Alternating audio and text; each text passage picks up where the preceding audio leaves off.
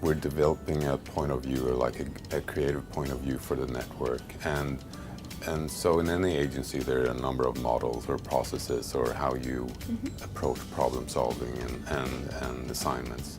And I don't want to disturb that, but I want to establish like this bedrock of how to be able to identify like the core elements on ideas and the creative work in our industry. And not only for the creative departments, but for anyone working within the firm. So, and it's something that I use all the time, working with clients, working internally with employees, just to have them on board with, the fundamentals of, ideation.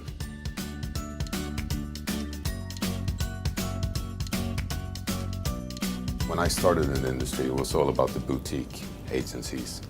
And the question, that people always ask themselves is, how big can we get before we get bad, right? And now I think it's the opposite. It's more like we ask ourselves, how complex must we get before we get good? Because that kind of reflects the development in the market. It's getting so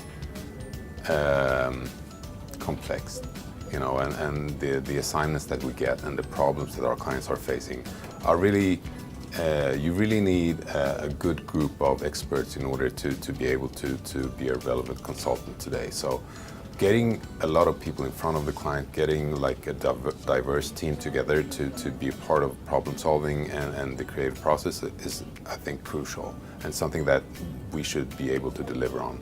And so that requires that everyone is on board with, the fundamentals, the components of the creative work. So again, not just the creative departments, but any practice areas.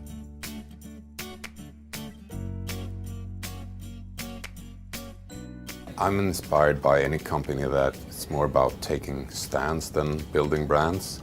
And to me, that's usually the big idea is not about, crazy creative stuff. It's more about internalize your externalities, like taking responsibility or, really strengthen the relationship with all the stakeholders based on what you do and why you exist.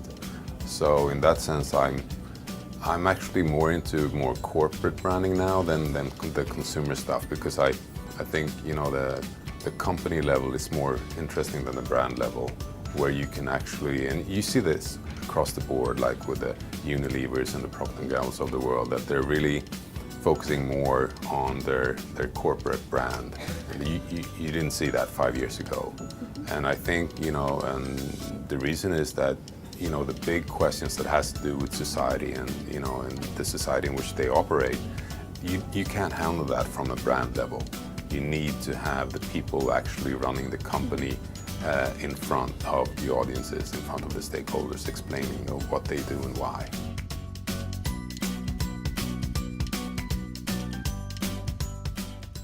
I go to Cannes every year and I try to identify like what are the big kind of topics of discussion, what are the big trends in the industry. And like if you go back 5 years, the big thing was earned media. Go back 4 years, the big thing was purpose. 3 years ago, it was big data.